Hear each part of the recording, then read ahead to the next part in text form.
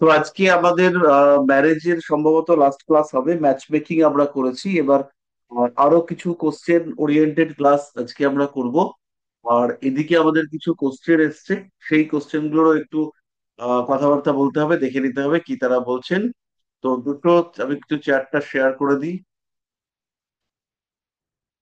দেখুন, I think share হয়েছে। আর ইন্দ্রনীল বাবু বলেছেন, স্যার এই চার্টে ইনি ওনার গৃহ বিক্রি করতে চাইবেন, বাট বিক্রি করতে পারছেন না।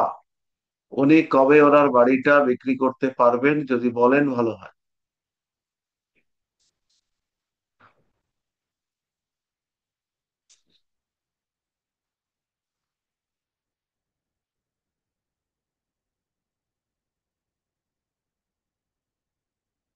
তো এখানে আমরা চার্টটা দেখতে পাচ্ছি, চার্টে বাড়ি বিক্রি করা, বাড়ি বিক্রি করবার জন্য আমাদের কয়েকটা ছোট ছোট জিনিস বুঝতে হবে।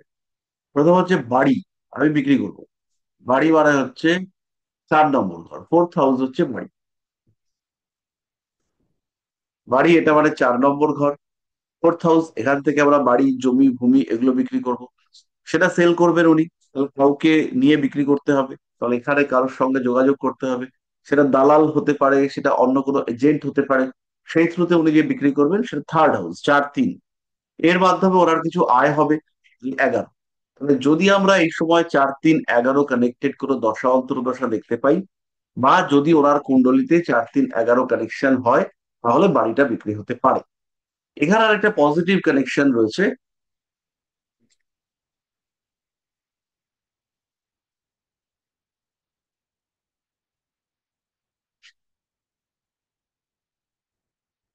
সেটা হচ্ছে 4 নম্বর ঘরে রাহু।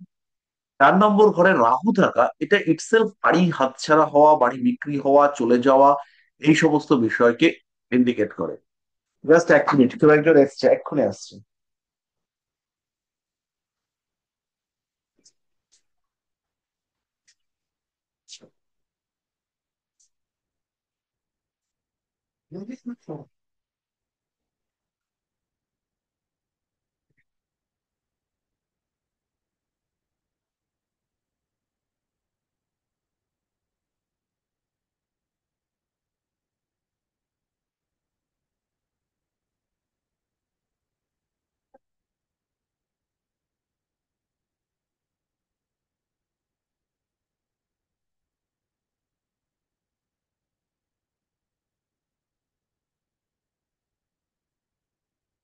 জোড়া তো উৎপাত করে। তো এই এই জায়গাটাতে আমরা দেখতে পাচ্ছি যে 4th হাউসে রাহু রয়েছে। এখানে এবার কথা হচ্ছে, এই রাহুর সঙ্গে কোনোভাবে,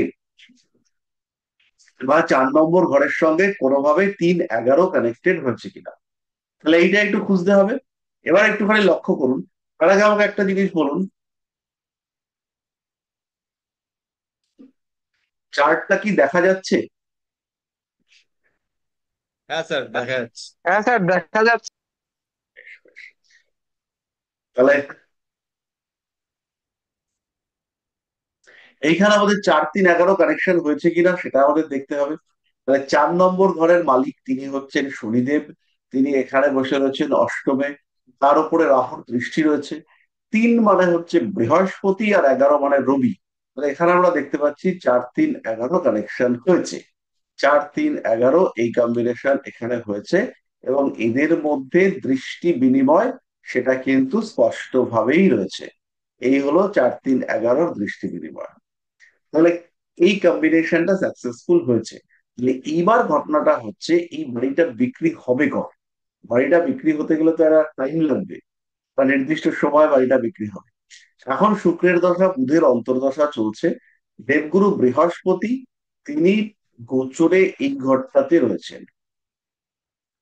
দেবগুরু বৃহস্পতি তিনি এখন এখানে রয়েছেন, এরপরে বৃহস্পতি এদিকে আসবেন। তো সেই সময়ও তার হচ্ছে বিয়ে, সরি, বাড়ি বিক্রি হচ্ছে না। বৃহস্পতি যখন এই ঘরটাতে আসবে, এবং রাহু যখন রাহুর উপরে আসবে, সেই সময় কিন্তু বাড়িটা বিক্রি হতে দেখতে পাওয়া যাবে।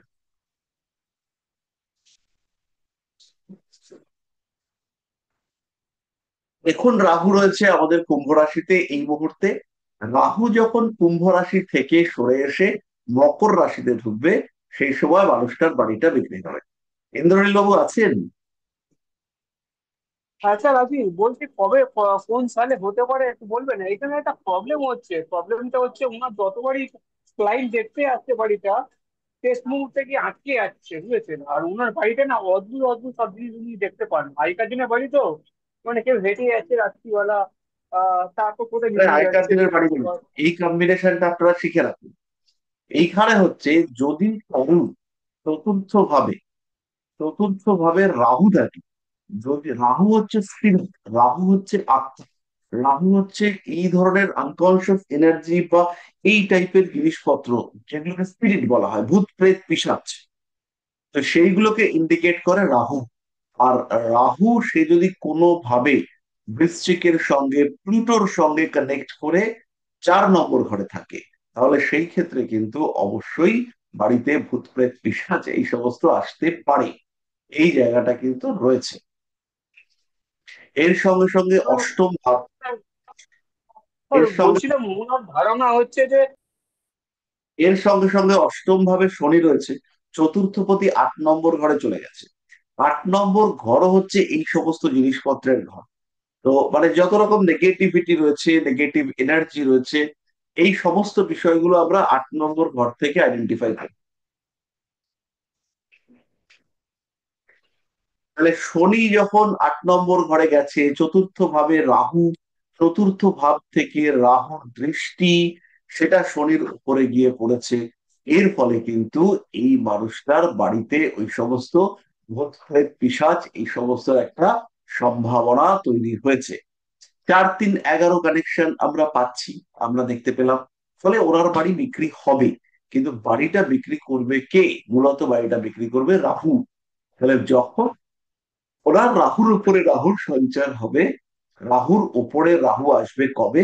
এখন রাহু কুম্ভ রাশিতে আছে, মোটামুটি সামনের বছর শেষের দিকে এই রাহুর শিফট হতে আমরা দেখতে পাবো। রাহু যখন এই ঘরটাতে কুম্ভ রাশিতে চলে আসবে, কুম্ভ রাশিতে মকরে চলে আসবে, তখন গিয়ে আমরা বুঝতে পারবো যে এবার বাড়িটা বিক্রি হলো। এবার কি করে জানবেন যে রাহু কেতু শনি মঙ্গল কবে কোন ঘরে যাবে? এর জন্য একটা সফটওয়্যার আছে, অ্যাপ আছে, তার নাম হচ্ছে দিব্য চক্ষু। এছাড়া আপনারা পঞ্জিকা বা এফএমএলএস থেকেও অবশ্যই জানতে পারেন, কিন্তু সুবিধার জন্য আমি বলবো যে দিব্য চক্ষু বলে যে অ্যাপটা আছে, ওই অ্যাপটা ডাউনলোড করে নিতে পারেন। তার নাম হচ্ছে দিব্য চক্ষু।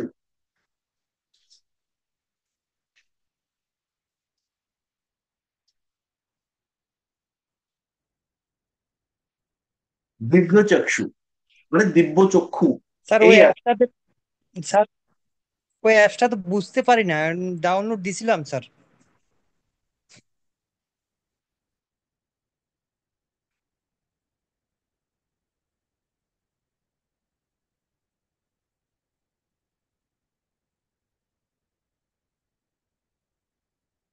ওইখান থেকে ওই অ্যাপে আপনারা দেখতে পাবেন ট্রানজিট ডেটা আছে। সেই ট্রানজিট ডেটা, সেখান থেকে আপনারা জানতে পারবেন কোন দিন কোন গ্রহ কোথায় সঞ্চারিত হচ্ছে। এইটুকু বুঝতে কারোর কোনো অসুবিধা?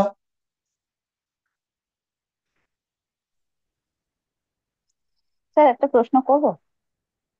কেন, বেশিও করতে পারেন।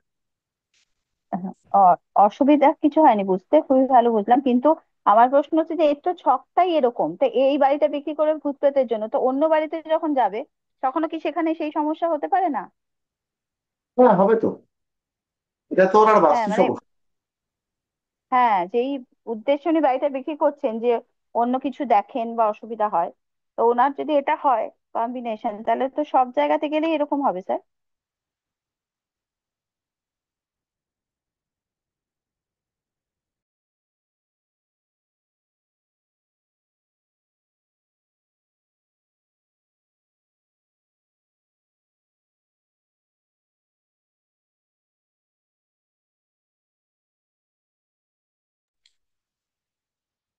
এই ধরনের মানুষগুলো এরকম প্রবলেম আসবেই, যদি না এই মানুষটা বিদেশে যান, যদি এই মানুষটা দূরে কোথাও চলে যান, না রাহু নির্দেশিত ক্ষেত্র, তখন কিন্তু সমস্যা কমবে। এই মানুষটা যে বাড়িতে যাবে সেই বাড়িতেই কিছু না কিছু বাস্তু সমস্যা আসবে। আবার আরো একটা জিনিস এখানে খেয়াল রাখতে হবে, ভীষণভাবে খেয়াল রাখতে হবে, যে একটা বাড়িতে উনি গেলেন, সেখানে কিছু বাস্তু সমস্যা আছে, সেগুলো অন্য মানুষকে ডিস্টার্ব না করলেও এই মানুষটাকে ডিস্টার্ব করবেই। এটা পরিষ্কার হলো?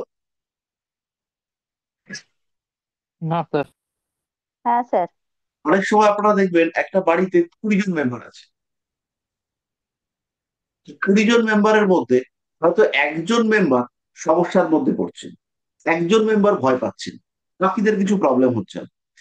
এই যে একজন মেম্বার, অবশ্যই বুঝতে হবে যে এর চতুর্থ ভাবটা ডিস্টার্ব রয়েছে এবং লগ্নটাও ডিস্টার্ব রয়েছে। তাহলে ইন্দ্রনীল বাবু নিশ্চিন্তে থাকুন, এই লোকের বাড়ি বিক্রি হবে।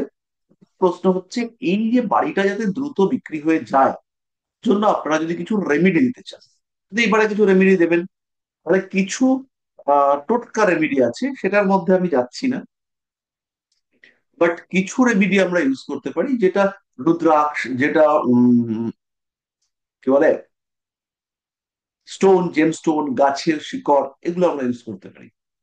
তো এই জায়গাটাতে আমরা দুটো গ্রহকে কানেক্ট করার চেষ্টা করবো, একটা হচ্ছে বৃহস্পতি আর একটা হচ্ছে রবি। তো এই বাড়িটা বিক্রি করবার জন্য বৃহস্পতি কেন থার্ড লর্ড, আর রবি কেন 11th। 11 পয়সা করে দেবে, আর বৃহস্পতি হচ্ছে থার্ড, তৃতীয় পতি। তৃতীয় মানে হচ্ছে কি কানেকশন গুলো তৈরি করবে, এবং থার্ড হাউস মানে হচ্ছে, তৃতীয় মানে হচ্ছে চতুর্থের দ্বাদশ, চতুর্থের দ্বাদশ। তাই আপনাদের এই রেমেডি দিলে পরে বাড়িটা বিক্রি হয়ে যাওয়ার সম্ভাবনা সেটা বাড়তে দেখতে পাওয়া যায়। মিটে গেল। এইবার এই বাড়িটাকে যাতে দ্রুত সেল আউট হয়ে যায়, তার জন্য কিছু টোটকা রেমেডি দেওয়া যেতে পারে, এটা আমরা ইউজ করি। তো এই টাইপের ঘটনাগুলোর ক্ষেত্রে আমরা কখনো কখনো হরিতকি ইউজ করি, হরিতকি আতপ চালের মধ্যে রেখে বাড়িটাতে রেখে দেওয়ার ব্যবস্থা করি, এবং সেখানে অবশ্যই আমরা তামা ইউজ করব। তামার পাত্রে হরিতকি আর আতপ চাল দিয়ে ঢাকা দিয়ে এই বাড়িটার মধ্যে রেখে দিলে বাড়িতে, মানে যারা বাড়িটা দেখতে চাইছেন তাদের মনের মধ্যে নেগেটিভিটি কমবে, বাড়িটা যারা দেখছেন তাদের মধ্যে যে নেগেটিভিটি, হ্যাঁ এই বাড়িটাতে আমরা থাকতে পারি, এই মেন্টালিটি গ্রো করবে। এইটুকু বিক্রি বোঝা গেল। এবার প্রশ্ন হচ্ছে, কেন বাড়িটা বিক্রি হচ্ছে না, কেন বাড়িটা বিক্রি হওয়ার ক্ষেত্রে বাধা সৃষ্টি হচ্ছে, এইটা একটা বড় প্রশ্ন। হ্যাঁ, কে একটা কিছু বলছিলেন, বলুন। স্যার আমি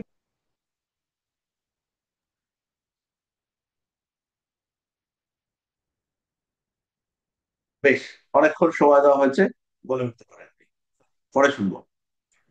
এবার প্রশ্ন হচ্ছে, কেন বাড়িটা বিক্রি হচ্ছে না। প্রথম সমস্যা হচ্ছে, বাড়িটা বিক্রি হওয়ার ক্ষেত্রে বাধা দিচ্ছে শুক্র।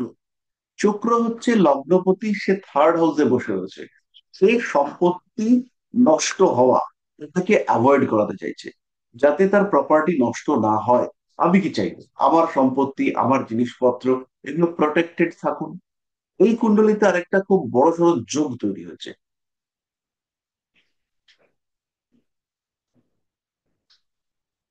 লক্ষ্য করলে দেখতে পাবেন, এটা কমপ্লিকেটেড যোগ। বৃহস্পতি, শুক্র, মঙ্গল আর শনি, এই তিন ভদ্রলোকের মধ্যে একটা অদ্ভুত কানেক্টিভিটি তৈরি হয়েছে। দেখুন, তার ঘর থেকে বৃহস্পতির ঘর থেকে বৃহস্পতি এই জায়গাটাতে এসছে, এই ঘরের অধিপতি মঙ্গল তিনি এখানে গিয়ে উপস্থিত হয়েছেন, সেই ঘরের অধিপতি শনি তিনি আবার এখানে গেছেন, আর এই ঘরের অধিপতি তিনি বৃহস্পতি ঘর থেকে চলে এসেছেন। ফলে এখানে একটা সাইক্লিক হাউস এক্সচেঞ্জ, এটা আমরা দেখতে পাচ্ছি। এবং এর কারণে আরেকবার দেখাই, বৃহস্পতি তার ঘর ছেড়ে এই ঘরে এসছে, এই ঘরের মালিক এখানে গেছে, এই ঘরের মালিক এখানে গেছে, আর এই ঘরের মালিক শুক্র, সে আবার বৃহস্পতির ঘরে চলে এসেছে। এই যে কম্বিনেশন তৈরি হয়েছে, এই কম্বিনেশনের ফলে এই মানুষটার বাড়িটা সহজে বিক্রি করা এটা মুশকিল হয়ে গেছে। আমি, আমার ইচ্ছা, আমার বাড়ি, আমার প্রাপ্তি, আমার সাকসেস, সবগুলো যেন একটা নির্দিষ্ট শিখলে বাধা পড়ে গেছে। যার কারণে এই মানুষটা চেয়েও ওনার বাড়ি বিক্রি করতে পারছেন না। বাড়ি বিক্রি যে উনি করতে চাইছেন, এটা নেগেটিভ। বাড়িটা যে বিক্রি করতে পারছেন না, এটা পজিটিভ। অবশ্যই এটা ওনার মনের বিরুদ্ধে চলছে। উনি চাইছেন বাড়িটা বিক্রি হোক, বাড়িটা বেরোক, কিন্তু আলটিমেটলি বাড়িটা বেরোচ্ছে না। তার কারণ হচ্ছে গিয়ে এই কম্বিনেশন, তৃতীয় শুক্র, এই সমস্ত কারণে বাড়িটা বিক্রি হচ্ছে না। এটাই যদি ওনার বিদেশ যাত্রার যোগাযোগ হতো, তাহলে কিন্তু উনি তুলনামূলক ভাবে তাড়াতাড়ি যেতে পারতেন। পরিষ্কার?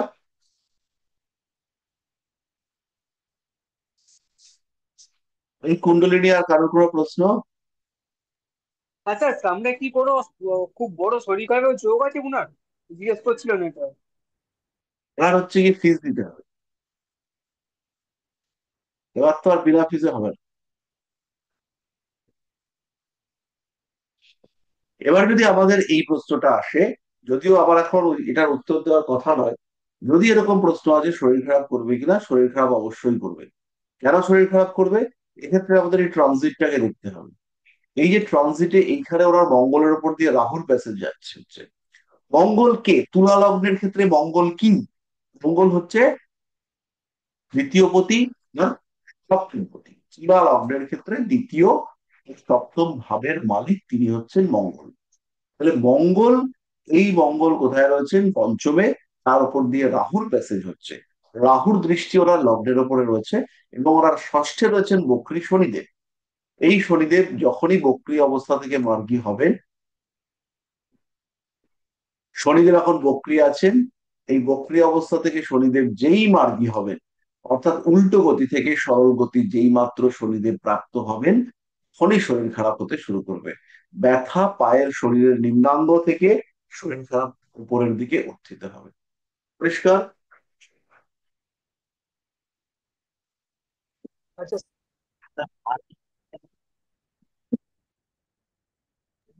দেখি দেবেশ স্যার। বলুন।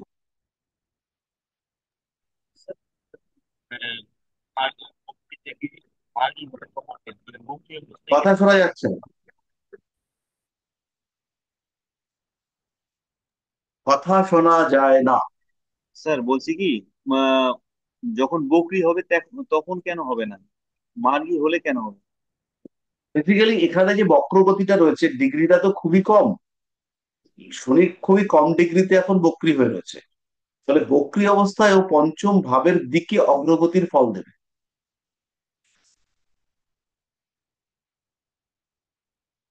বুঝতে পারলাম? এইটা যদি সামনের বছর যখন বক্রী হবে, সামনের বছরও তো আবার শনি বক্রী হবে, এই ঘরেই বক্রী হবে, সেই সময় হচ্ছে গিয়ে এ রোগ কারক হবে। কিন্তু এখন যেহেতু একদম কম ডিগ্রিতে বক্রী হয়েছে, তার কারণে এর থেকে আমরা, এর গতিটা হবে পঞ্চম ভাব অভিমুখী। ফলে এই কারণে এখন এর শরীর শারীরিক সমস্যা শনির কারণে আসবে না, তবে রাহুর কারণে, মঙ্গলের উপরে রাহুর প্যাসেজ হচ্ছে, এর কারণে অবশ্যই শারীরিক সমস্যা আসতে পারে।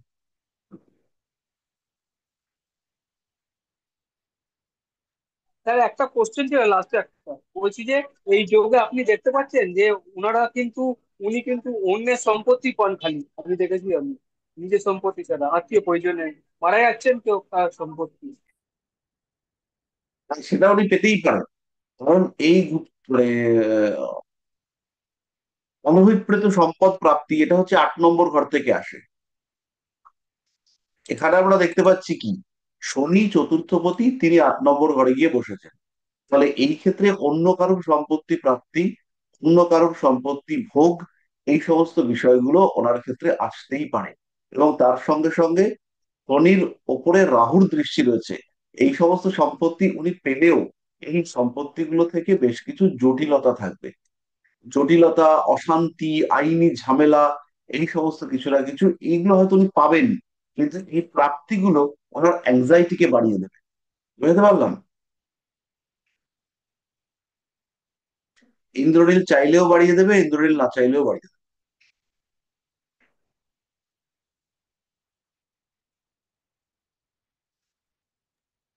স্যার আমি একটা কোশ্চেন করব।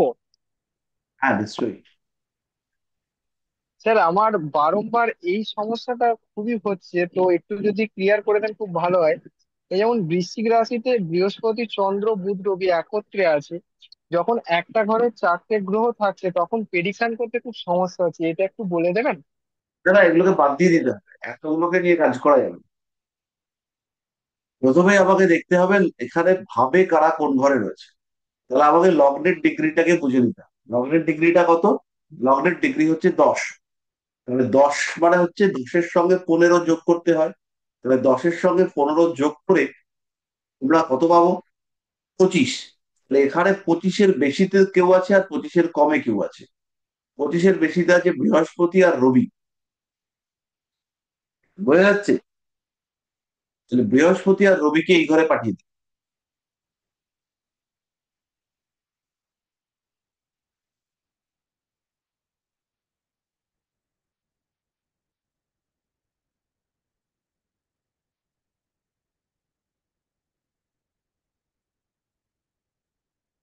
এখানে আমরা একটা ছক এঁকে নিচ্ছি।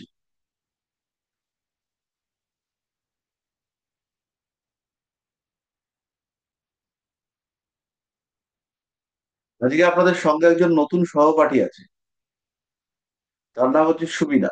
সে হচ্ছে আমার বোন। সুবিনা, আছিস?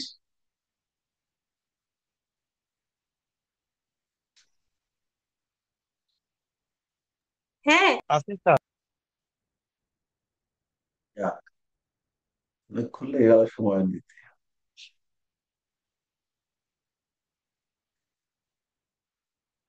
যাই হোক,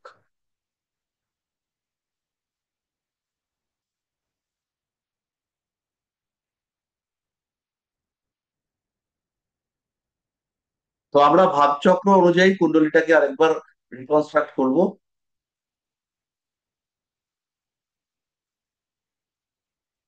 তাহলে যারা হচ্ছে কি লগ্ন আমাদের হচ্ছে 10 ডিগ্রিতে আছে, তাহলে লগ্নটা আমার তুলাতেই থাকবে।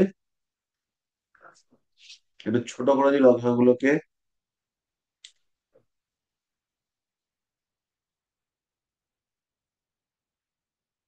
তাহলে এবার আমি ভাব হিসেবে করছি। এখানে চন্দ্র 7 ডিগ্রিতে আর বুধ 22 ডিগ্রিতে। তাহলে চাঁদ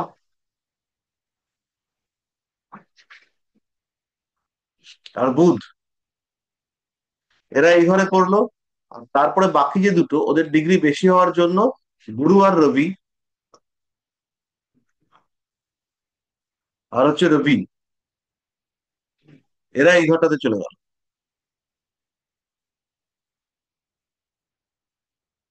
এবার শুক্র এই ঘরটাতে ছিল, 1 ডিগ্রি 27। যেহেতু 25-এর বেশি, তাই জন্য শুক্রটা চলে যাবে পরের ঘরে। আর ওখানে ছিল রাহু 14 ডিগ্রিতে। এখানে এর সঙ্গে হচ্ছে গিয়ে রাহু অ্যাড হবে।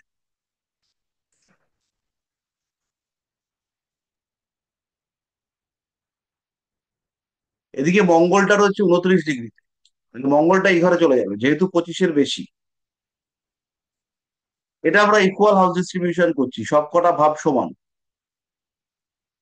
শনি রয়েছে 7 ডিগ্রিতে, তাহলে এই ঘরটাতেই থাকবে।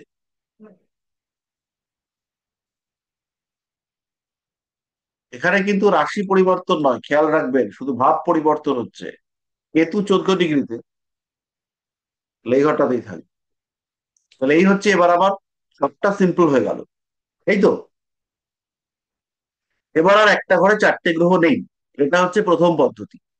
এবার যদি আমরা দেখি যে 4টে গ্রহ 4টে গ্রহই রয়েছে, তাহলে আমাকে হিসেব করতে হবে কোন গ্রহটা এখানে বেশি বলবান।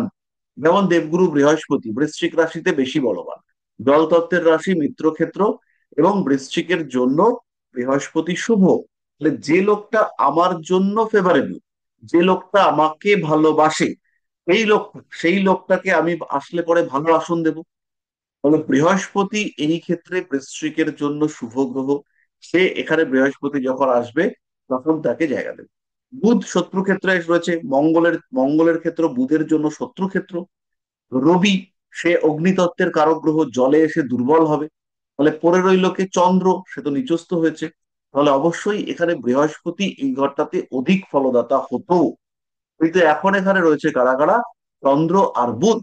তাহলে এই দ্বিতীয় ঘরে চন্দ্র আর বুধ দুজনের মধ্যে কেউই বিশেষ শুভ ফল দিতে পারবে না। বরঞ্চ তৃতীয় ভাবে যে রবি বুধ সরি বৃহস্পতি আর রবি গেল, এরা তুলনামূলক ভাবে বেটার রেজাল্ট দিতে পারবে। অন্যদিকে শুক্র রাহুযুক্ত হয়ে চতুর্থে থাকার জন্য এনার বাড়ির সমস্যা। সেটা কিন্তু আরো বাড়তে দেখতে পাওয়া যাবে। অনুপম, পরিষ্কার হলো? একদম স্যার, ধন্যবাদ স্যার। বাকিদের আর কোনো প্রশ্ন এই বিষয় নিয়ে?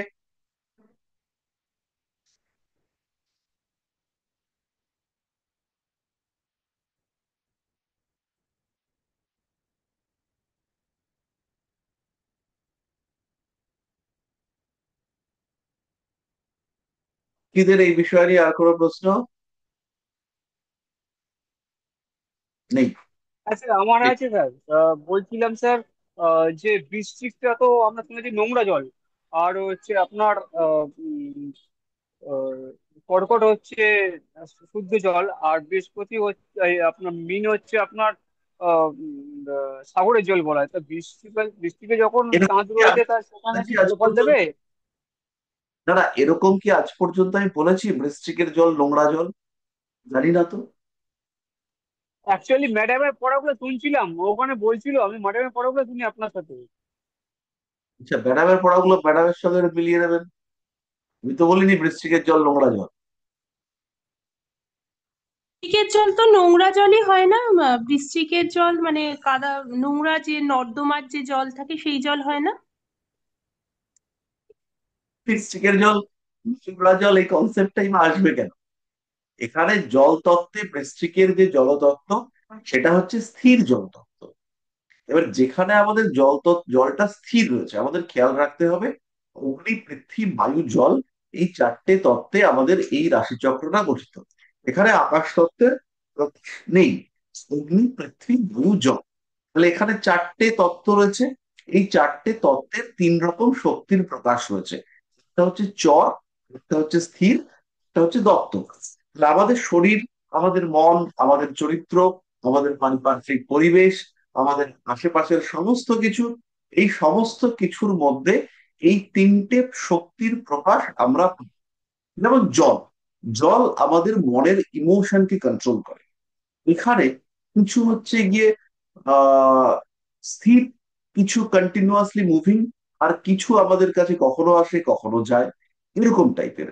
জল তত্ত্ব আমাদের মেমোরিকে ইন্ডিকেট করে। তাহলে এখানেও কিছুটাকে আমরা পাই শর্ট টার্ম মেমোরি, কিছুকে আমরা পাই লং টার্ম মেমোরি, কিছুকে আমরা পাই ওই র্যাম টাইপের, যেটা কখনো মনে আছে পরীক্ষাতে প্রচুর পড়ে টরে গেলাম, গিয়ে তার মধ্যে গিয়ে উগড়ে দিয়ে আসলাম, কিছুটা মনে থাকলো। এবার এই যে জল, জল মানে কিন্তু শুধুই জল নয়, এটা বুঝতে হবে। জল মানে হচ্ছে সফটনেস। জল হচ্ছে একটা তত্ত্ব। এই তত্ত্ব মানে জল মানে যে এক্স্যাক্টলি ওয়াটার বা লিকুইড, এরকম ব্যাপারটা কিন্তু একেবারেই নয়। এটা খেয়াল রাখতে হবে।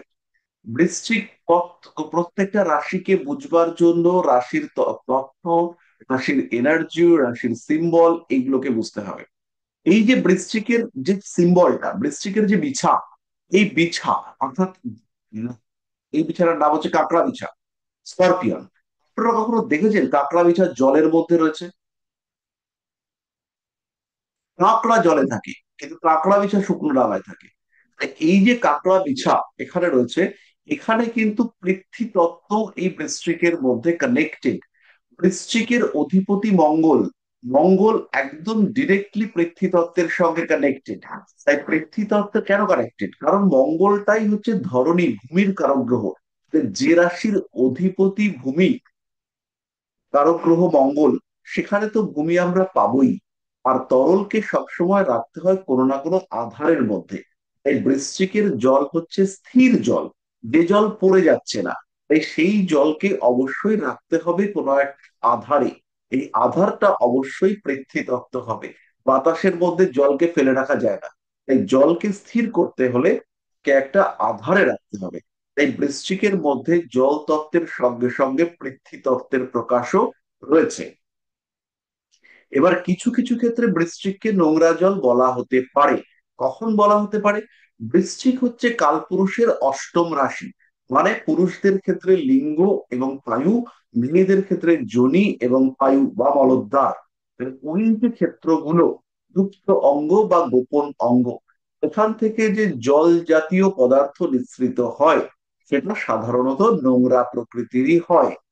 তাই জন্য বৃশ্চিককে ম্যাডাম নোংরা জল বলে ইন্ডিকেট করেছেন, কিন্তু কখনোই বৃশ্চিককে আলটিমেটলি আমরা নোংরা জল বলে যদি ধরে রাখি যে বৃশ্চিক মানেই নোংরা জল, তাহলে আমরা হচ্ছে গিয়ে করব গন্ডগোল।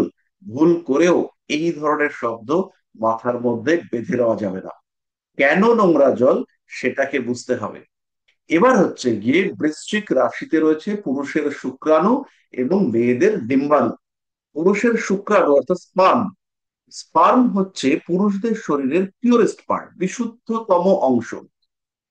শুক্রাণু বা শুক্র, এটা হচ্ছে বিশুদ্ধতম অংশ, যেখানে ওই মানুষটার সমস্ত বৈশিষ্ট্যের প্রকাশ রয়েছে। সেই শুক্রাণুর মধ্যে জিন ক্যারি করছে, তাহলে সেই বা তার ডিএনএ ক্যারি করছে। তাহলে ওই ক্ষেত্রটাকে বৃশ্চিককে আমরা কি করে একদম সবসময় নোংরা জল বলতে পারি? পারি কি পারি না? এবার কর্কটের যে জল, সেটাকে সবসময় আমরা প্রবাহী জলের সঙ্গে তুলনা করব। সেটা সবসময় ফ্লোয়িং, সেটা সবসময় মুভ করছে, কন্টিনিউয়াস মুভমেন্ট রয়েছে কর্কটে। বৃশ্চিকে সেই মুভমেন্ট নেই, বৃশ্চিকে জল এসে স্থির হয়েছে। আর মিনের জল, সেটা হচ্ছে কখনো বাড়ছে কখনো কমছে, এইরকম ব্যাপার। এবার যদি আমরা শরীরের মধ্যে এই তিনটে জল তত্ত্বকে কমিউনিকেট করার চেষ্টা করি, তার মধ্যে সবসময় যাচ্ছে আসছে কে? তিনি হচ্ছেন রক্ত। রক্ত, এটা কর্কটের সঙ্গে কানেক্টেড হবে।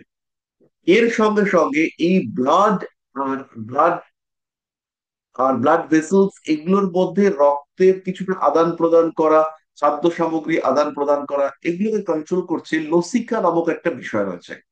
এরা হচ্ছে গিয়ে রক্ত চালক এবং কলা কোষের মধ্যে যোগাযোগ সৃষ্টি করে। তাদের মুভমেন্টটা সবসময় ওই ব্লাড সার্কুলেটিং ভেসেলস বা শিরা ধমনী রক্তজালক এদের মধ্যে সীমাবদ্ধ নয়। এরা কিন্তু লসিকা বাইরেও থাকে, মানে লসিকা লসিকা বাহের মধ্যেও থাকে। ফলে এই যে রক্ত, যেটা রক্ত জালকের মধ্যে থাকে বা যেটা লসিকার সঙ্গে কমিউনিকেট করে, যেখানে আদান প্রদান হয়, দেওয়া নেওয়া হয়, সেই জায়গাটা হচ্ছে গিয়ে কন্ট্রোল করবে মীন রাশি। আর যেখানে আমাদের জল বা তরল পদার্থ বা রক্ত যেটা জমা হয়, সেই ক্ষেত্রগুলোকে ইন্ডিকেট করবে বৃশ্চিক রাশি। যেমন আমাদের ইউরিনারি ব্লাডার, ইউরিনারি ব্লাডার বা মূত্রথলি, সেখানে মূত্র এসে জমা হয়, বেশ কিছুক্ষণের জন্য জমা হয়। ওইখানে কিন্তু ফ্লো অনেকক্ষণ সময় পর্যন্ত অফ থাকে। বৃশ্চিকে মূত্রথলিকে যেহেতু নির্দেশ করছে, তার জন্য ওই জলটা কিন্তু খুব একটা পরিষ্কার নাও হতে পারে। কিন্তু বৃশ্চিকের জল মানেই নোংরা জল, এটা আমরা বলতে পারবো না। বাড়ির কোনো একজন জাতকের চতুর্থপতি, তিনি যদি বৃশ্চিকে অবস্থান করেন, চতুর্থপতি বৃশ্চিকে অবস্থান করলে বা বৃশ্চিকের সঙ্গে সম্পর্ক করলে, তার বাড়ির আশেপাশে একটা স্থির জলাশয় থাকতে পারে। স্থির জলাশয় মানে কি? সেটা পুকুর, এখানকার জল বেরিয়ে যাচ্ছে না, যেটা জলাধার, জলকে স্থির রাখা হচ্ছে। নর্দমার জল বা ড্রেনের জল সেখানে সব সময় ফ্লো হচ্ছে। যখন ফ্লো হচ্ছে, সেটা কিন্তু স্থির হচ্ছে না। ফ্লো কটের সঙ্গে কানেক্টেড। পরিষ্কার করতে পারলুম? অসাধারণ স্যার, ছোটখাটো ডক্টর হয়ে গেলাম। অনেক সুন্দর হয়েছে স্যার। এবার থেকে ফিজটা বাড়িয়ে দিই, ব্যাস সবাই চুপ। ইন্দ্রনীলের কাছ থেকে খালি ফিজটা বাড়িয়ে দেবো। মানে এত সুন্দর স্পিচ কেউ আর কি বলবে এখানে। একদম স্যার, বাড়িয়ে দিন। আপনার ফিস দিয়ে আপনাকে এ করা যাবে না স্যার, আমরা দিতে পারবো না আপনার ফিস। তাহলে বাকি ইন্দ্রনীল বাবু এবং সুবীরা ম্যাডাম পরিষ্কার হলো? হ্যাঁ, বুঝতে পেরেছি, আমি বুঝতে পেরেছি দাদা। এই ব্যাপারটাকে হচ্ছে গিয়ে এই শাস্ত্রটাতে না আমাদের মনকে যতটা আমরা উন্মুক্ত করতে পারবো, তত হচ্ছে গিয়ে বিষয়গুলো আমাদের সামনে বেশি বেশি করে ধরা দেবে। এখানে কিন্তু প্রচুর প্রচুর সূত্র, প্রচুর পড়াশুনো করতে হবে। প্রচুর পড়াশুনো করার থেকেও বড় কথা হচ্ছে গিয়ে এই বিষয়গুলোকে উপলব্ধি করতে হবে। ধরে নিচ্ছে একটা লোকের চোখ বড়, কেন চোখটা বড়? একটা লোক সে হচ্ছে গিয়ে তার ঘাড়টা বাঁকা, কেন ঘাড়টা বাঁকা? তার হাইট শর্ট, কেন শর্ট? একটা লোকের চরিত্র ভালো, কেন ভালো? খারাপ, কেন খারাপ? এইগুলো খুঁজতে হবে। আর প্রত্যেকটা গ্রহের সঙ্গে কানেক্টেড যে গল্পগুলো রয়েছে, পৌরাণিক কাহিনী, এইগুলোকে উপলব্ধি করতে হবে। এবং তবেই কিন্তু আমরা আলটিমেটলি এই বিষয়গুলোকে বুঝতে পারবো, এগুলো আমাদের রক্তের মধ্যে মিশে যাবে।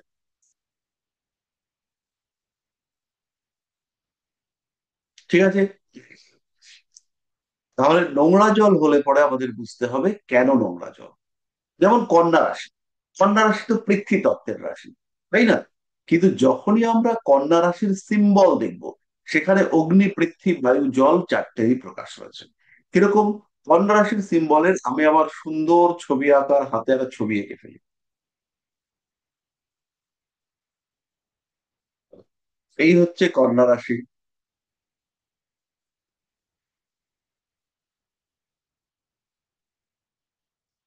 এটা হচ্ছে নদী, এই নদীর মধ্যে যাচ্ছে নৌকো।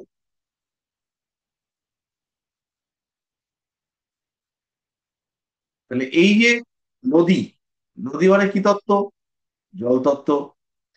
নৌকো মানে কি তত্ত্ব? নৌকো মানে পৃথ্বী তত্ত্ব। এর মধ্যে রয়েছে একটি কন্যা।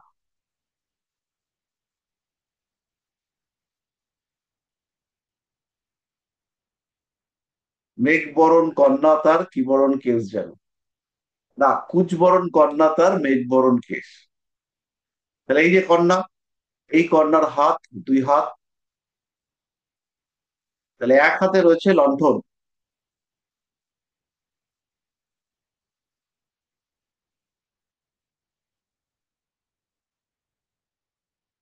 লণ্ঠন মানে কি তত্ত্ব?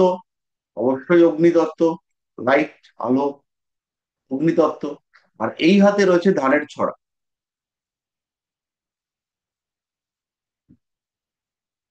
তাহলে এই যে নৌকোটা চলছে, এই যে স্পেসটা, এটা অবশ্যই বায়ু তত্ত্ব। তার সঙ্গে সঙ্গে রয়েছে নৌকো, পৃথ্বী তত্ত্ব। তার মধ্যে জল মানে জল তত্ত্ব। তার মধ্যে মোমবাতি মানে অগ্নিতত্ত্ব। আর হাতে ধান, এটা হচ্ছে creativity, productivity. House of yield, কন্যা রাশিকে বলা হয় সাইন অফ ইল্ড, প্রোডাকশন। যখন কোনো একটা মানুষ প্রোডাকশন করতে চাইছে বা চাষবাস করতে চাইছে, তখন সেখানে কন্যার একটা কানেক্টিভিটি আমরা দেখতে পাবো। তাহলে সুতরাং আমরা যদি কন্যা রাশিকে কেবলমাত্র পৃথ্বীতত্ত্ব ভাবি, তাহলে কন্যা রাশির মানুষগুলো এত সফট কেন? কোনো ব্যাখ্যা আমরা খুঁজে পাবো না।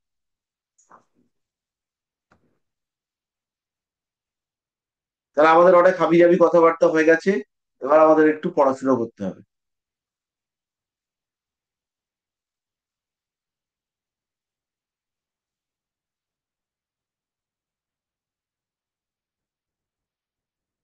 আমাদের আজকে বিবাহ সম্পর্কিত শেষ ক্লাস।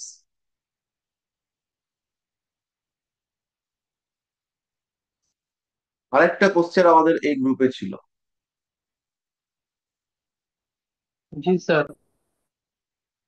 এখানে একটা উম কুণ্ডলী আমাদেরকে পাঠিয়েছেন, খুবই অসম্পূর্ণ কুণ্ডলী। বৈশালী ম্যাডাম পাঠিয়েছেন, আমরা করি কুণ্ডলীটা।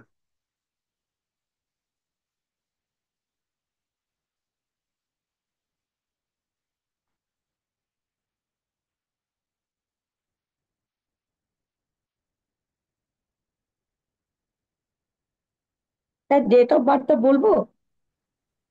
আমার এই ল্যাপটপে না সফটওয়্যার নেই, তাহলে আপনি ডেট অফ বার্থ বললেও আমার পক্ষে করাটা মুশকিল। এই ল্যাপটপটাতে সফটওয়্যার নেই আমার কাছে, আমি মহা বেকায়দায় আছি। আচ্ছা, তো রাশিচক্রে আমরা দেখতে পাচ্ছি দুটো কম্বিনেশন। এখানে সরকারি চাকরি পাওয়ার জন্য আমাদের যোগ রয়েছে। লগ্নে মঙ্গল রয়েছে, একাদশপতি মঙ্গল লগ্নে তুঙ্গু হয়েছে, শুক্র সে রবিযুক্ত হয়েছে। এবং এইখানে শুক্র সক্ষেত্রী, মঙ্গল তুঙ্গ। আর লগ্নপতি সে নবমপতি যুক্ত হয়ে একাদশে বসে আছে। এই ভাগ্য যোগটাকে আপনারা মহাভাগ্য যোগ হিসেবে ট্রিট করতে পারেন। তাহলে এই মানুষটা ইউপিএসসি তে চাকরি পাচ্ছে, এই মানুষটার ইউপিএসসি তে চাকরি পাওয়ার সম্ভাবনা পুরোপুরি মাত্রায় তৈরি হচ্ছে। কিন্তু কিন্তু আছে, কিন্তু বলছি। তো এই ক্ষেত্রে দুটো কিন্তু আছে, বেসিক্যালি একটা নয়। কেন চাকরিটা পাবে এটা মোটামুটি বোঝা গেল, তাই না? এবার কেন চাকরি নাও পেতে পারে সেখানে দুটো আছে।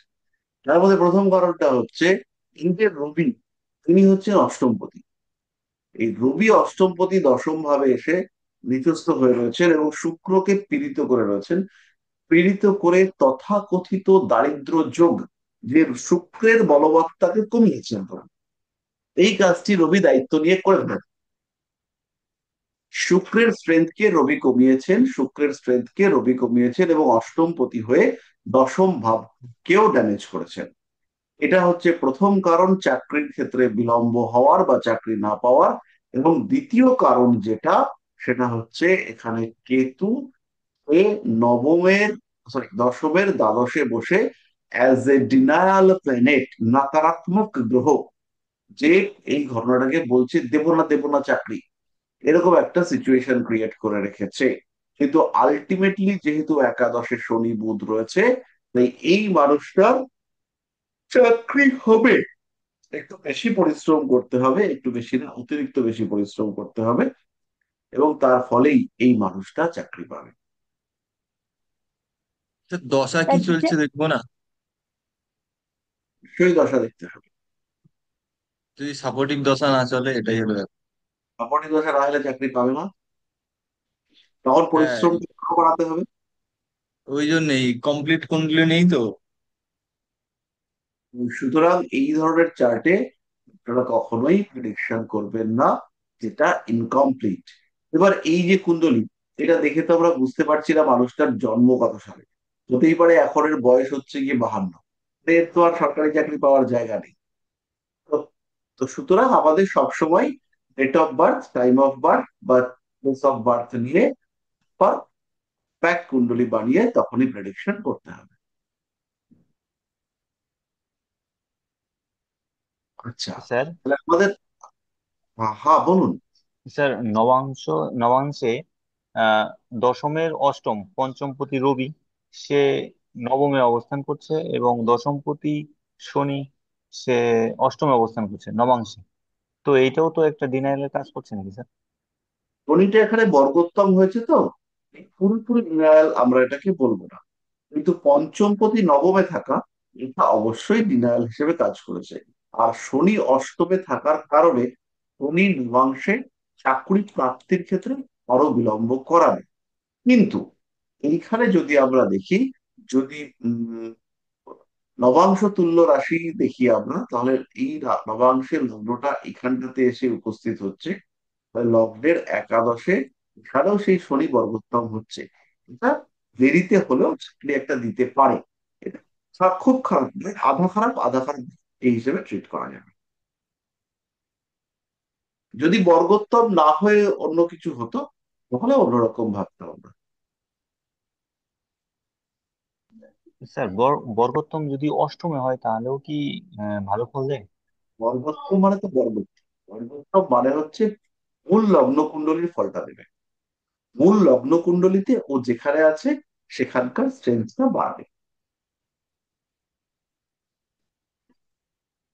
বলছি স্যার, নিচস্থ রবি সে যেহেতু ধনু রাশিতে গেছে, সেম কি রবি একই ফলই দেবে, খারাপ ফলই দেবে নবাংশে?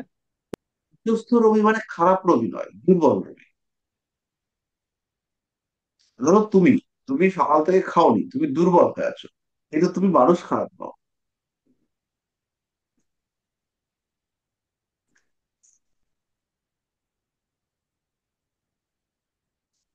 বুঝতে পারলাম। একদম স্যার।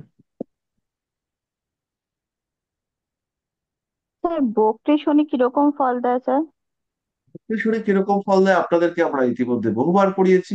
আপনি পড়াশোনা করেননি কেন?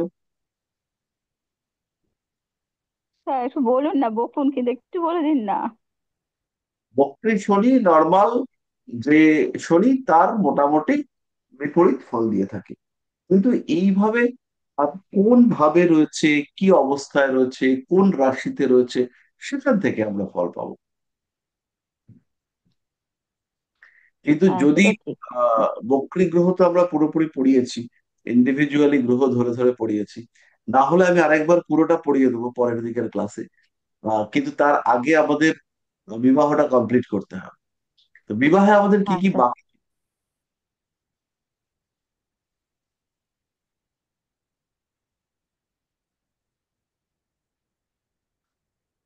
বিবাহে আমাদের কিছু বাকি ছিল না, আমরা জটক বিচার কমপ্লিট করে ফেলেছিলাম? জটক বিচার কমপ্লিট করেই তা ফেলেছিলাম। আজকের আপনি বলেছিলেন যে কিভাবে বিবাহ জীবনের সমস্যা আছে বা ডিভোর্সের যোগ এইগুলো শেখাবেন বলেছিলেন। আচ্ছা বেশ, তাহলে আজকে আমরা প্রথমে হচ্ছে গিয়ে বিবাহিত জীবনের সমস্যা চলে আসবো। বর্তমান যুগে বিবাহিত জীবন হচ্ছে গিয়ে কারণে অকারণে সমস্যা, মানে কিছু সমস্যা না থাকলেও বিবাহিত জীবনে মানুষের সমস্যা থাকে, এরকম একটা ব্যাপার চলে আসছে। এই সমস্যাগুলোর মধ্যে কিছু অ্যাকিউট প্রবলেম, আর কিছু কিছু হচ্ছে গিয়ে অ্যাকিউট প্রবলেম নয়, এমনি নর্মাল সমস্যা। ওই রোজ ঝগড়া টগড়া হচ্ছে, কিটির মিটির খিটিপিটি এই সমস্ত হচ্ছে, এগুলো আমরা দেখি। এবার অ্যাকিউট প্রবলেম গুলো কখন আসে? বিয়ে হচ্ছে গিয়ে দুটো মানুষের মধ্যে একটা বন্ডিং, দুজনের মধ্যে অ্যাডজাস্টমেন্ট। যদি সেই অ্যাডজাস্টমেন্টের ক্ষেত্রটা তৈরি না হয়, যদি সেই অ্যাডজাস্টমেন্টের ক্ষেত্র তৈরি না হয়, সেই ক্ষেত্রেই বিবাহিত জীবনে সমস্যা দেখতে পাওয়া যায়।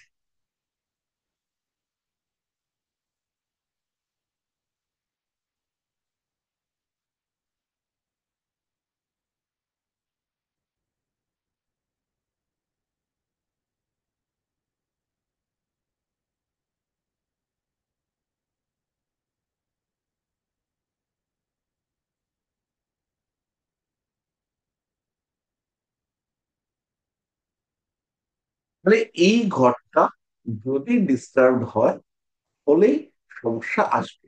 এর সঙ্গে সঙ্গে আরো ঘর আছে, যেমন হচ্ছে গিয়ে লগ্ন।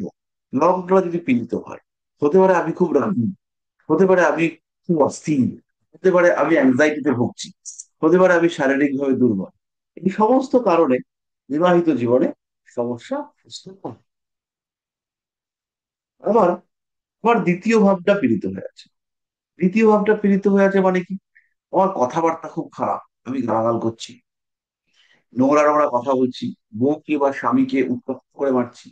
তো সেই ক্ষেত্রেও আমাদের বিবাহিত জীবনে সমস্যা দেখতে পাওয়া যাবে। এবার যদি চতুর্থ ভাবটা ডিস্টার্ব হয়, সেই ক্ষেত্রে সুখের অভাব। পঞ্চম ভাব ডিস্টার্ব হলে প্রেম ভালোবাসার অভাব, দুঃখতা চলে আসবে। আর তার সঙ্গে সঙ্গে সন্তান প্রাপ্তির ক্ষেত্রে সমস্যা আসবে।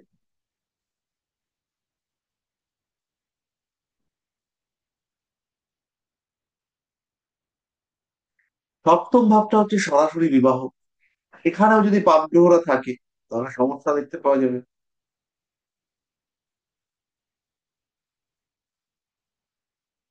এক সেকেন্ড। এবার ওই 7 নম্বর ঘর বা অন্যান্য কোনো ঘর কত পীড়িত, তার উপরে ডিপেন্ড করবে বিবাহিত জীবনে সমস্যা আলটিমেটলি কতটা। 8 নম্বর হচ্ছে যৌন সুখ, হাজবেন্ড ওয়াইফের মধ্যে যে ফিজিক্যাল ইন্টিমেসি, সেটাকে ইন্ডিকেট করবে 8ম ভাব। আবার দ্বাদশ ভাব হচ্ছে শয্যা সুখ, একাদশ ভাব হচ্ছে দাম্পত্য প্রেম। তাহলে এই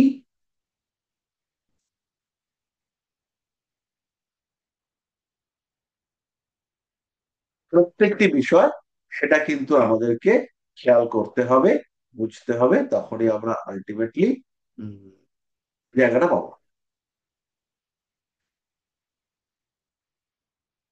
তা কতগুলো যোগ বলি, যে যোগগুলো থাকলে পরে ম্যারেড লাইফে সাধারণত অশান্তি আসবে। তার মধ্যে প্রথম হচ্ছে মাঙ্গলিক। যদি কোনো জাতক তীব্র মাঙ্গলিক হয়, মঙ্গল কয়েকটা বিশেষ ঘরে রয়েছে, কোন কোন ঘরে মঙ্গল থাকলে হবে, এইটা আমাদের লগ্ন। তাহলে প্রথম হচ্ছে 4 নম্বর ঘরে, 4, 1, 7, 8, তাহলে 1, 4, 7, 8, 12, 4, 7, 8, 12 এই ঘরগুলোতে মঙ্গল থাকলে পরে জাতক বা জাতিকে মাঙ্গলিক। তাহলে এই কম্বিনেশনে বিবাহিত জীবনে অশান্তি আসতে পারে। এরপরে কি, কিছু পুরো গ্রহ আছে,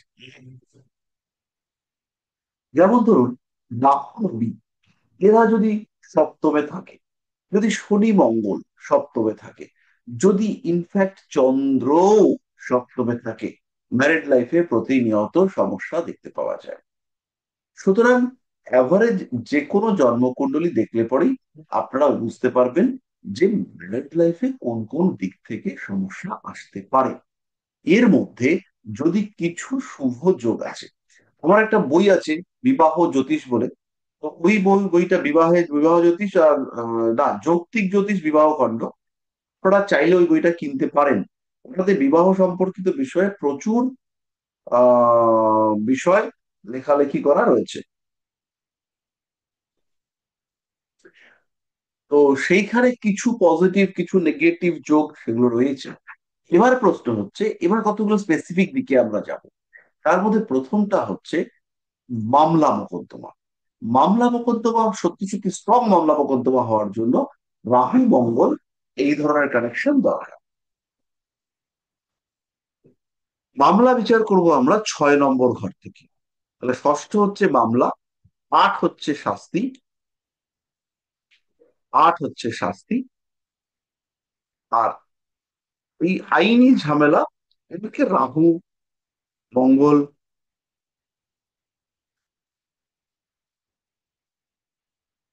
এরা সমস্ত এই বিষয়টাকে ইন্ডিকেট করে।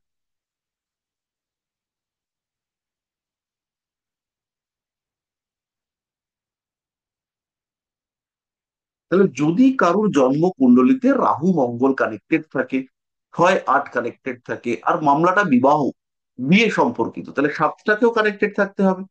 তাহলে এখানে আমরা সাতটাকেও লিখে দিচ্ছি।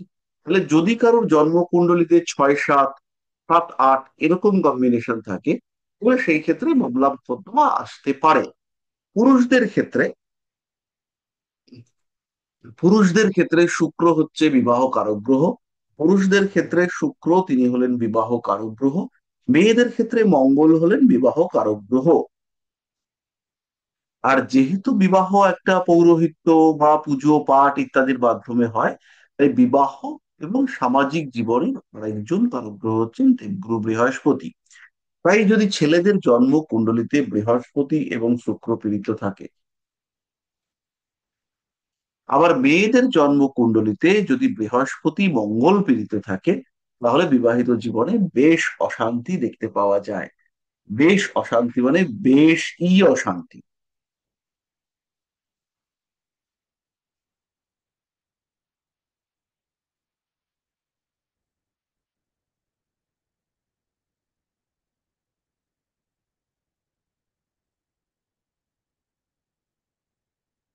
পরিষ্কার হলো? হ্যাঁ স্যার। স্যার বলেছিলেন যে একাধিক বিবাহ যোগ সম্বন্ধেও বলবেন। বলছি, এবার আমাদের একটু দাম্পত্য বহির্ভূত প্রেম সম্পর্কে জানতে হবে। দাম্পত্য বহির্ভূত প্রেম হতেই পারে, এবং সেখানে চোখে অ্যালার্জি হয়েছে। দাম্পত্য বহির্ভূত প্রেম হতেই পারে, এবং তার মধ্যে কোনোটা ঠিকঠাক, ঠিক আছে, বউয়ের সাথে ভালো থাকছি না, একটা প্রেম করছি, চল ঠিক আছে। বিয়ে করেছি মানেই কম্প্রোমাইজ করতেই হবে করতেই হবে করতেই হবে, এটা নাও হতে পারে। এবার আরেকটা হতে পারে যে মানুষটা হচ্ছে কি সত্যি সত্যি চারিত্রিক ভাবে ভয়ঙ্কর খারাপ। সে কি করছে, প্রতিদিন নতুন নতুন মহিলা, একাধিক প্রেম, এই সমস্ত করে বেড়াচ্ছে, সেটাও হতে পারে। সেটাও তার ব্যাপার, আমাদের বেশি উত্তেজিত হয়ে লাভ নেই। কিন্তু এই বিষয়গুলো আমাদের ছকে আসবে। তাহলে প্রথম, যদি শুক্র বা রাহু জলরাশির সঙ্গে সম্পর্ক করে নিজেদের মধ্যে সম্পর্ক করে, তাহলে সেই মানুষগুলো একাধিক প্রেমজ সম্পর্কে কানেক্টেড হয়। তাহলে শুক্র বা রাহু এরা যদি জল তত্ত্বে থাকে, জল তত্ত্ব আমাদের এই বলে না ইমোশনকে কন্ট্রোল করে জল তত্ত্ব, তাহলে ভেনাস ইন ওয়াটার, ভেনাস,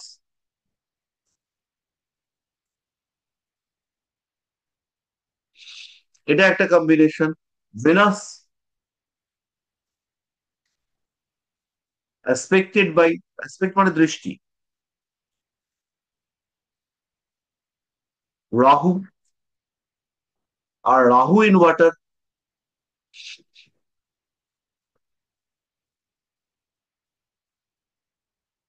আর কি combination, Mars Mangal aspected by Rahu,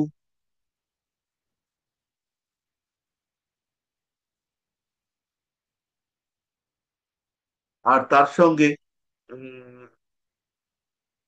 connected with Venus.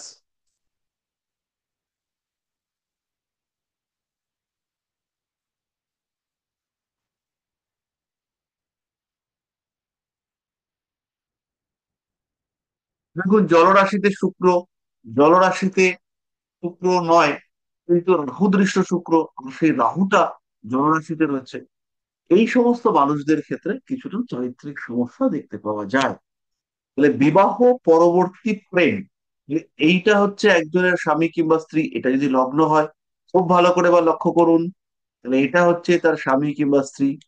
তাহলে এই স্বামী কিংবা স্ত্রী নিশ্চয়ই খুব বলবে না যে এসো আমার বউয়ের সাথে প্রেম করো, এসো আমার বরের সাথে একটু প্রেম করে যাও, এটা নিশ্চয়ই বলবে না।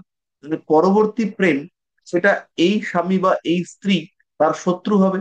তাহলে এই 7-এর 6, সেই ঘরটাকে আমরা কানেক্ট করব। 7-এর 6 মানে হচ্ছে 7 থেকে 6 ঘর গুনলে 1 2 3 4 5 6 করলে এটা হচ্ছে 12।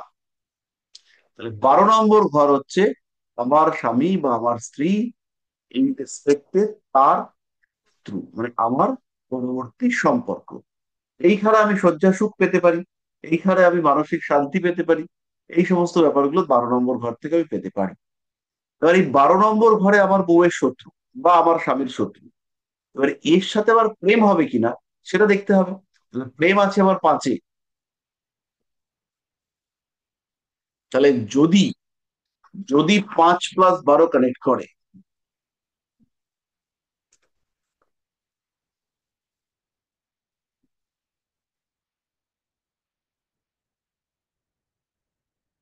যদি 5+12 কানেক্টেড করে, তাহলে হচ্ছে গিয়ে আফটার ম্যারেজ লাভ, বিয়ের পরে প্রেম। তাহলে বিয়ে হবে কিনা সেটা দেখি। 5+12+7, এবার বিয়ে হবে। আগে কিন্তু বিয়ে হচ্ছিল না। এখানে 7 যতক্ষণ না আসবে ততক্ষণ বিয়ে হবে না। এবার যেই 7কে পেয়ে গেলাম, 7 মানে হচ্ছে বিবাহ, মানে 7 পাওয়ার সঙ্গে সঙ্গে বিয়ে হয়ে যাচ্ছে। মানে 5-12 মানে হচ্ছে after marriage love and relationship. সেখানে যখন 7-এর কানেকশন পাচ্ছি, সেটা হচ্ছে বিয়েটা হবে। এই কানেকশনটা আরো জোরদার হবে যদি এর সঙ্গে লগ্ন এসে কানেক্টেড হয়।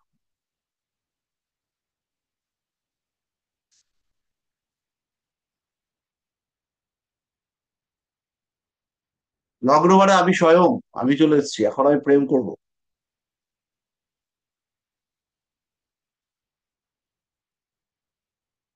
এবার প্রেম তো করতে চাইছি, ঠিকঠাক যোগাযোগ পাচ্ছি না। প্রেম করতে চাইছি, চাইছি প্রেম করবো, কিন্তু যোগাযোগ পাচ্ছি না। এখানে যদি 3কে পাই,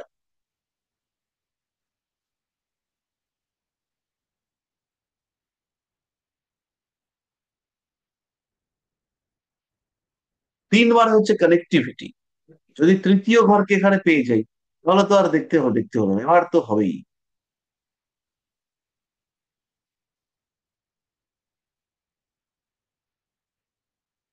এবার এখানে 5-7-8, 5-5-12-র সাথে 1-3 কানেকশন হয়েছে, খুঁজে পেতে জোগাড় করেছে, এই তুমি আমার সাথে প্রেম করবে, এই তুমি আমার সাথে প্রেম করবে, এই করতে করতে জোগাড় করেছে।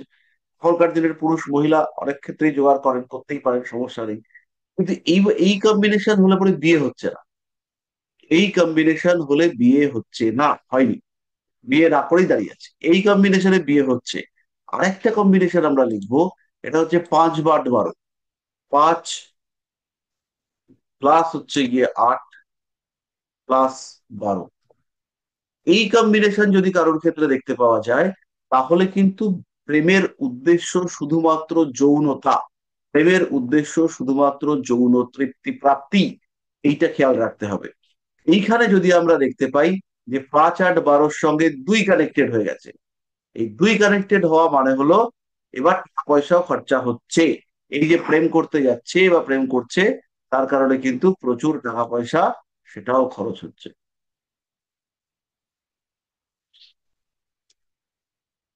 এর সঙ্গে যদি রাহু, এর সঙ্গে যদি ভিনাস,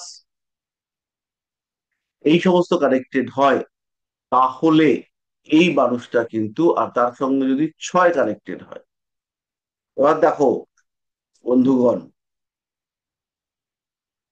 এই যে কম্বিনেশনটা যদি এর সঙ্গে অ্যাড হয়, তাহলে এই ছয়টা হচ্ছে ষড়রিপু, কাম, ক্রোধ, লোভ, মদ, মোহ, মাৎসর্য। এইবার যদি কানেক্টেড হলো ছয়, রাহু শুক্র ছয়, তাহলে কিন্তু এর মধ্যে কামনা মারাত্মক মাত্রায় দেখতে পাওয়া যাবে। এবং সেই কামনা সেখান থেকে এই লোক কিন্তু নিজেকে নিবৃত্ত করতে পারবে না।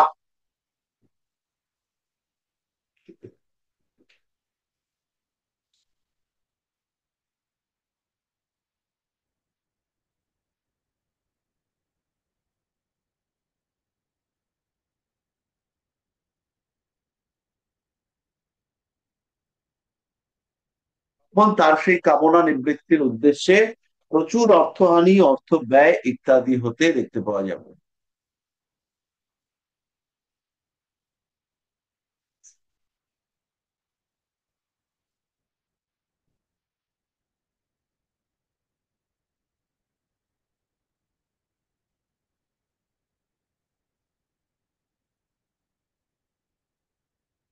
পরিষ্কার হলো?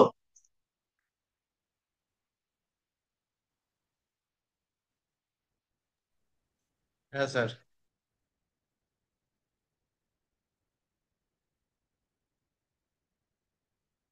আচ্ছা, আজকে যারা এই ব্যাচে একটু নতুন নতুন মুখ রয়েছেন, তাদের কি বুঝতে কোনো অসুবিধা হলো, না একদম মাথার উপর দিয়ে গেল?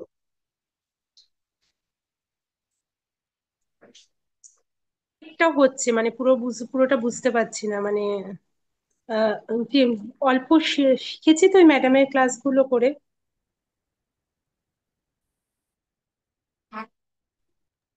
তা পুরোটা তো ক্লিয়ার হবে না, কিন্তু আজ দু একবার শিখলে পরে এই শব্দগুলো যে মাথায় ঢুকে গেল, পরে যখন রূপান্তরণ হবে তখন এই শব্দগুলো আর কি মনে চলে আসবে ঝটপট।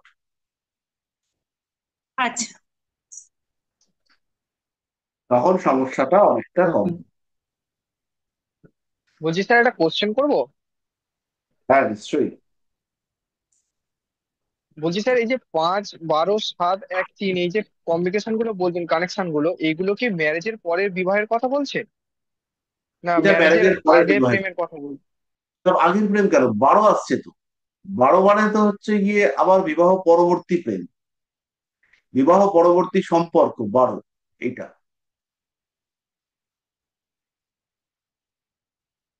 এটা হচ্ছে দম্পতির স্যার সত্যি। দ্বিতীয় বিবাহ কি আমরা 7 নম্বর ঘরকেই ধরবো না 12কে ধরবো? বিবাহ তো সবসময় সাথে হবে, বিয়ে সাথ ছাড়া হবে না। কিন্তু দ্বিতীয় দ্বিতীয় বিবাহের যে মানুষটা, সেটাকে আমরা 12 থেকে ধরবো। আর বিয়েটা যে হচ্ছে, সেখানে 7 নম্বরকে লাগবে। কোনো কোনো মানুষ তারা আবার দ্বিতীয় বিবাহটাকে 9 নম্বর থেকেও দেখেন, কিন্তু 9 নম্বরটা সঠিক নয়, দেখতে হবে 12 নম্বরটা। আর যদি বউ মরে যায়, তাহলে দেখতে হবে 2 নম্বর।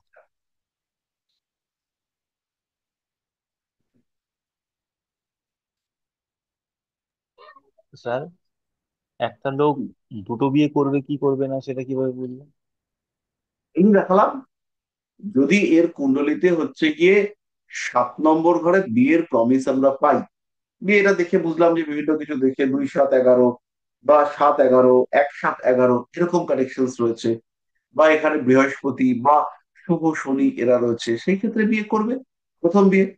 এবার যদি এই কম্বিনেশন গুলো থাকে, ধর 5 7 12, এই কম্বিনেশন যদি আমরা দেখতে পাই, তাহলে সেই ক্ষেত্রে দ্বিতীয় বিয়ের যোগাযোগ তৈরি হলো। এবার দ্বিতীয় বিয়ের সিচুয়েশন তৈরি হচ্ছে কিনা সেটা দেখে নিতে হবে, এবং সেই ক্ষেত্রে বিয়ে হবে। স্যার বুঝতে পারলাম। দ্বিতীয় আর স্যার বিবাহ তৃতীয় একজনের বিয়ে। হ্যালো। স্যার স্যার আর একটা কোশ্চেন, যে এই ঘটনাগুলো কখন ঘটবে, কোন দশা অন্তর্দশায় ঘটবে বা কোন ট্রানজিটে ঘটবে, এটাও একটু বলবেন প্লিজ। ট্রানজিটে যখন 7 নম্বর ঘরের ওপর দিয়ে বিবাহের কারক বা নির্দেশক কোনো গ্রহ পাস করবে, এটাই দেখার।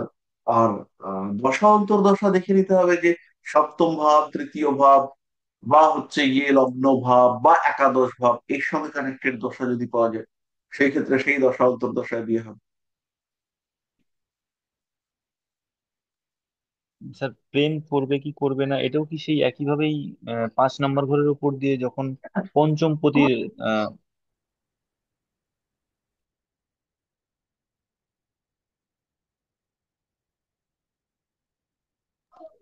স্যার একটা মানুষ কখন প্রেমে পড়বে নতুন, এটা কোন দশা অন্তর্দশায়, এটা একটু বলবেন?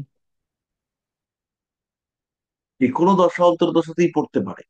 যেমন শুক্রের দশা, রাহুর অন্তর্দশা, বা রাহুর দশা, বৃহস্পতির অন্তর্দশা, এই সমস্ত দশাগুলোতে মানুষ প্রেমে পড়ে। যে কোনো দশাতেই পড়তে পারে, কিন্তু কিছু কিছু দশায় অশান্তি বেশি দেখতে পাওয়া যায়।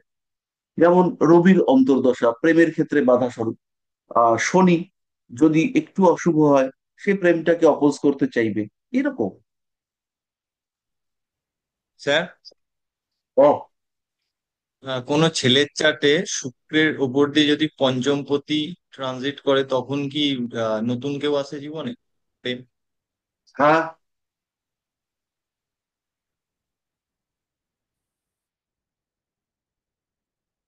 এবার অবশ্যই। সেটা সেটা স্থায়ী হবে কিনা কিভাবে বুঝবো? দশার উপর ডিপেন্ড করবে। আচ্ছা। এবার এই জায়গাগুলোতে এই টাইপের প্রশ্নগুলোর সময় না, আমাদেরকে হোরারি অ্যানালাইসিস করতে হবে। এই ক্ষেত্রে লগ্ন বা একাদশ ভাবের স্ট্রেংথ, সেটা ডিপেন্ড করা হবে না, সেটা বলে দেবে যে এই মানুষটা আলটিমেটলি তার কাজটাতে কন্টিনিউ করতে পারবে কিনা, সে সাকসেসফুল হবে কিনা, এই ব্যাপারগুলো ওখান থেকে আমরা দেখতে পাবো। বলছি স্যার, আমরা একজনের ছক দেখে বুঝবো কিভাবে যে এই মানুষটার বিবাহ হবে না কোনোদিন? বোঝা তো খুবই মুশকিল।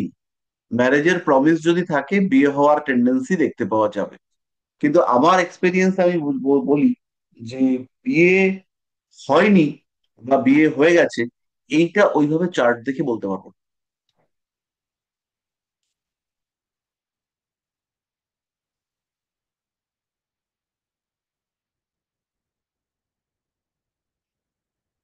কিছু কিছু সময় এগুলো ক্লিক করে যায়, কিন্তু সব সময় এটা করবেন।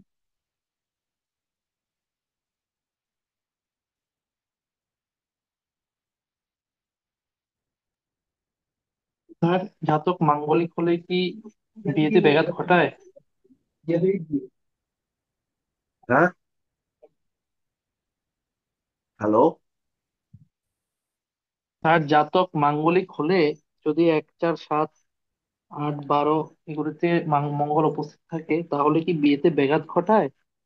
আর মাঙ্গলিক কিভাবে চার থেকে বুঝবো এই মাঙ্গলটা কেটে গেছে? চার্ট দেখে বুঝতে পারবো না মাঙ্গলিক কেটে গেছে। মাঙ্গলিক কাটারও হয়েছে কিনা সেটা আমরা তার কাছে জিজ্ঞেস করতে পারি যে মাঙ্গলিক দোষে খণ্ডন হয়েছে কিনা। কিন্তু চার্ট দেখে ইয়ে করতে হবে, চার্ট দেখে হচ্ছে গিয়ে আমাদের বলতে হবে যে আহ মাঙ্গলিকটা কাটানোর দরকার আছে কিনা। স্যার, অনেকে তো বলে যে শুক্রের দৃষ্টি বা বৃহস্পতি দৃষ্টি থাকলে মাঙ্গলিক দোষ খণ্ডন হয়ে যাবে। মাঙ্গলিক দোষ খণ্ডনের অনেকগুলো ক্রাইটেরিয়া আছে, কিন্তু খণ্ডন করা হয়েছে কিনা সেটা কি করে বুঝবো? আর আমি খণ্ডনটাই বলছি স্যার। এটা কি বৃহস্পতির দৃষ্টি বা শুক্রের দৃষ্টি থাকলে এটা হয় সব ক্ষেত্রে? হ্যাঁ, হ্যাঁ।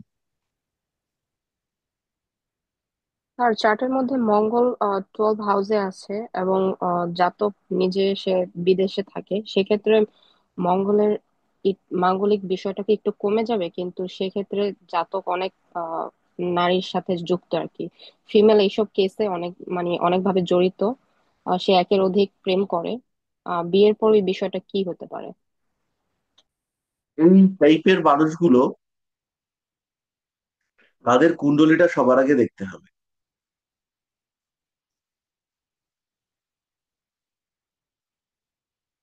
স্যার, শেয়ার করে দিন।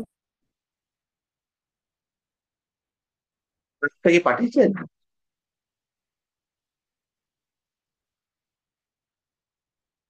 স্যার, 1 সেকেন্ড পাঠাচ্ছি।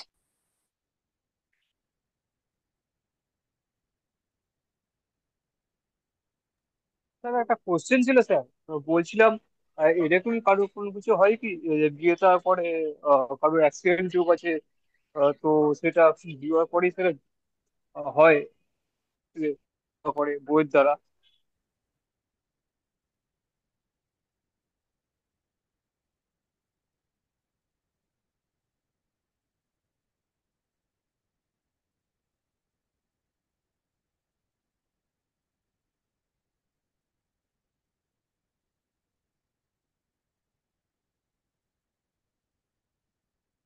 এটা তোমার ডায়মন্ড চার্ট। এই চার্ট তো সরি স্যার, এই অ্যাপটা ইউজ করি তো এই জন্য। বেশ বেশ।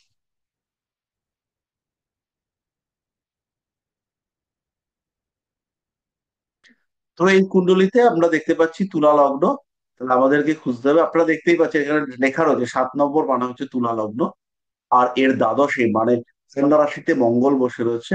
কন্যা রাশিতে মঙ্গল, একাদশে রাহু, রাহু মানে সিংহ রাশিতে অবস্থান করে রয়েছে। আর এদিকে শুক্র, তাকে আপনারা দেখতে পাচ্ছেন দশে মানে মকর রাশিতে।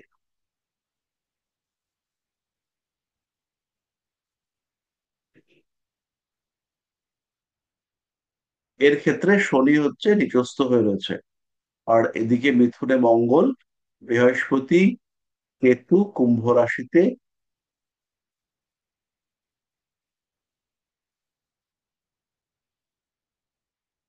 এই মানুষটা কি খুবই দুশ্চরিত্র? জি স্যার, খুবই দুশ্চরিত্র। মানে আহ একসাথে কয়েকজনের সাথে মানে সম্পর্ক। বাবা গো। সে বিয়ে করতে চাচ্ছে, কিন্তু আহ একই সাথে 4-5 জনের সাথে সে রিলেশনে জড়িত আর কি। তাহলে সে বিয়ে করবে কি করে? তাহলে তার বউ পালিয়ে যাবে।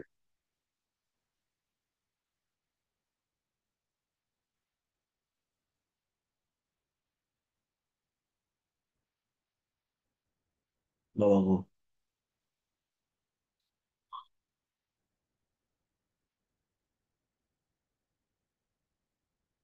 যাই হোক, এখানে আমাদের চার্টটাকে আমি নর্মাল চার্টে কনভার্ট করে দিই, তাহলে আপনাদের বুঝতে সুবিধা হবে। নবাংশটাও সেন্ড করেছি।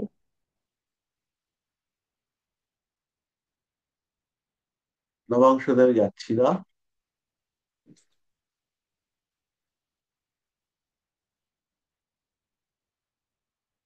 তাহলে এটাতে আমি করে দিই। লগ্ন হচ্ছে তুলা,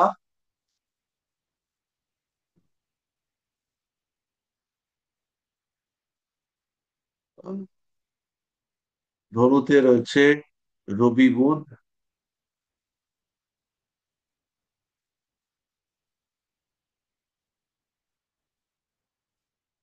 আর এখানে রয়েছে 10 নম্বরে মানে মকরে রয়েছে শুক্র। এসিড ফিভারে শুক্র লিখলাম এটা। এইখানে একটু গন্ডগোল আছে। এইখানে দুটো গ্রহ আছে, ইউ আর এন, ইউরেনাস এবং নেপচুন। এইখানে কিন্তু ইউরেনাস আর নেপচুনের একটা বিরাট বড় খেলা আছে। সিংহ রাশিতে, সরি পঞ্চমে, এখানে রয়েছে বৃহস্পতি কেতু।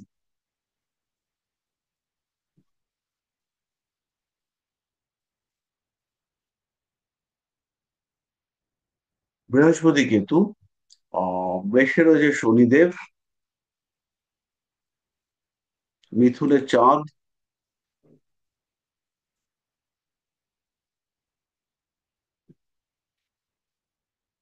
সিংহ রাশিতে রাহু,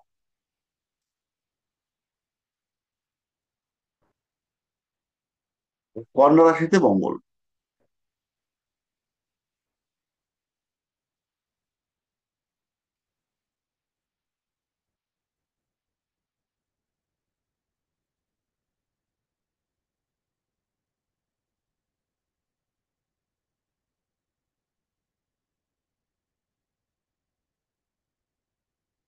ব্যাস,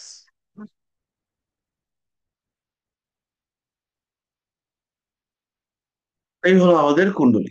তাহলে এবার একটুখানি লক্ষ্য করলেই দেখতে পাবেন কেন এই গন্ডগোল। এই গন্ডগোলের এখানে মূল কারণ হচ্ছে শুক্রের সঙ্গে ইউরেনাস এবং নেপচুনের কানেকশন। শুক্রের ওপরে রাহুর প্রভাব সরাসরি সেইভাবে নেই, লগ্নের উপরে রাহুর প্রভাব সেইভাবে মারাত্মক ভাবে নেই। গুরুচণ্ডাল যোগ হয়েছে রাহু বৃহস্পতির মধ্যে। রাহু বৃহস্পতিতে একটা গুরুচণ্ডাল যোগ হয়েছে। আর এখানে চন্দ্রের সঙ্গে রবি বুধের কানেকশন হচ্ছে। চন্দ্রের অষ্টমে চন্দ্রের অষ্টমে শুক্র, ইউরেনাস, নেপচুন রয়েছে। এই কম্বিনেশনের কারণে এখানে কিন্তু মূল খেলাটা খেলেছে শুক্র, ইউরেনাস, নেপচুন। তো এইটা সরাসরি এর চার্ট থেকে আমরা এভাবে আইডেন্টিফাই করতে পারবো না। তো পারিনি, করা যাচ্ছে না। বাকিটা ইউরেনাস, নেপচুন বা ওই ব্যাপারগুলো ওগুলো তো রয়েছে। ইউরেনাস হচ্ছে এখানে ফিয়ার্স মার্স এবং নেপচুন হচ্ছে গিয়ে ক্রিয়েটার অফ ওয়াটার, সেইটা হিসেবে কাজ করেছে। বরুণ দেব এখানে জল তত্ত্ব, শুক্র এবং অগ্নিতত্ত্বের সংমিশ্রণ এই মানুষটার চরিত্রকে নেগেটিভ করেছে। আর এই মানুষটার যেহেতু পঞ্চমে ষষ্ঠপতি রয়েছে, পঞ্চম ভাবে ষষ্ঠপতি অবস্থান করার কারণে এর প্রেমের মধ্যে কামনার অতিরিক্ততা সেটা বেড়ে গেছে। আর কেতু যে আছে স্যার? কেতু ব্যাপারটাকে বিকৃত করেছে। তাহলে আজকের পঠন পাঠন আমাদের এই পর্যন্তই থাক। আপনারা চার্ট গুলোকে দেখুন। পরের দিন আমরা একটু ডিফারেন্ট টাইপের টপিকের উপরে ডিসকাস করব। সেটা পামিস্ট্রি হতে পারে বা সেটা অন্য কোনো সাবজেক্ট হতে পারে। আমাদের মোটামুটি পড়াশোনাটা শেষের দিকে এগিয়েছে। স্যার, নর নরগণের সঙ্গে কি রাক্ষসগণের বিয়ে হয়? কেন হবে না? বলে একজন মারা যায় এরকম। মারাতে এমনিই যাবে কেউ না কেউ, সবাই কি আর বেঁচে থাকবে? ওরকম না, গণ ব্যাপারটা হচ্ছে মেন্টাল মাইন্ড। অষ্টম পতি, অষ্টম ভাব এগুলো কিরকম সেটা দেখতে হবে, তারপরে ডিসিশন নিতে হবে, ঠিক আছে? মৃত্যু 8 নম্বর ঘরের সাথে কানেক্টেড, মৃত্যু নরগণ দেবগণের সাথে কানেক্টেড নয়। আচ্ছা, ঠিক। ঠিক আছে, স্যার শুভরাত্রি অনেকের তো, সবাইকে। স্যার একটা কোশ্চেন করব। হাফ হাফ, একটা আগে করা টাইম নেই। বলছি স্যার, অনেকের ক্ষেত্রে দেখা যায় বিয়ের পর মানে স্বামী বা স্ত্রী দেখা যায় অ্যাক্সিডেন্টে মারা যায় বা অ্যাক্সিডেন্ট হয়, এইগুলো স্যার কি থেকে বুঝবো? বা তাহলে আমরা ডিভোর্সটা যে কি থেকে ওভারল্যাপিং বুঝবো? দেখিয়েছিলাম, ওই যে ওভারল্যাপিং দেখিয়েছিলাম, লগ্নের ওপরে যদি কোনো নেগেটিভ প্ল্যানেট আরেকজনের কুণ্ডলিতে এসে পড়ে। আচ্ছা স্যার, ঠিক আছে স্যার। শুভরাত্রি স্যার। ঠিক আছে, শুভরাত্রি। Good night sir. Good night.